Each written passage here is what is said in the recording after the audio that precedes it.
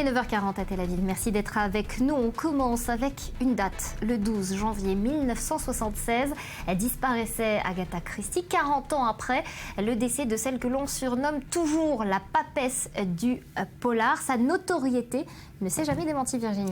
Oui, effectivement. Alors, on fête le 125e anniversaire de sa naissance cette année, le 40e anniversaire de son décès, mais aussi le 100e anniversaire de son héros, Hercule Poirot. 154 nouvelles, plus de 20 pièces de théâtre, plus de 80 romans.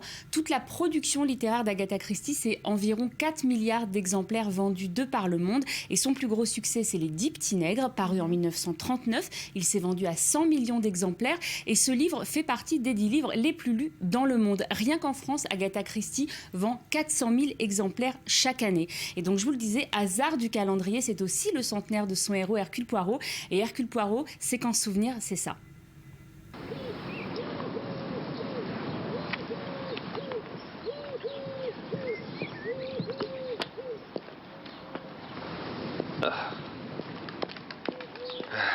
On ne peut pas être tranquille un moment.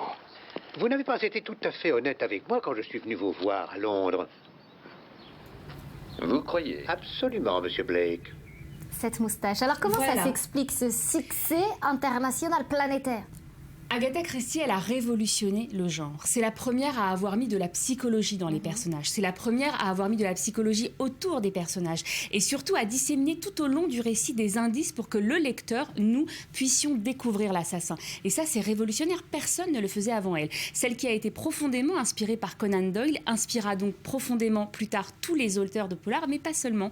Dans toutes les séries américaines qui ont bercé notre enfance et l'enfance de nos parents, je pense à Arabesque, je pense à Columbo, on retrouve du Agatha Christie. Dans l'extrait qu'on vient de voir, on trouve un Hercule Poirot qui ennuie profondément le suspect. Eh bien, Peter Falk faisait exactement pareil et tous les assassins de Columbo faisaient partie de la haute société comme dans Agatha Christie. Alors les fans, à l'occasion de ces anniversaires, alors les fans, ils vont être servis. Il y a une auteure britannique qui s'appelle Sophie Hannah et qui, avec l'aval des ayants droit d'Agatha Christie, a publié en septembre 2014 un roman, une nouvelle aventure d'Hercule Poirot. Elle va récidiver fin 2016 avec The Monogram Murder. Et du côté du cinéma, on attend avec impatience l'adaptation du Crime de l'Orient Express avec à la réalisation un Britannique, Kenneth Branagh.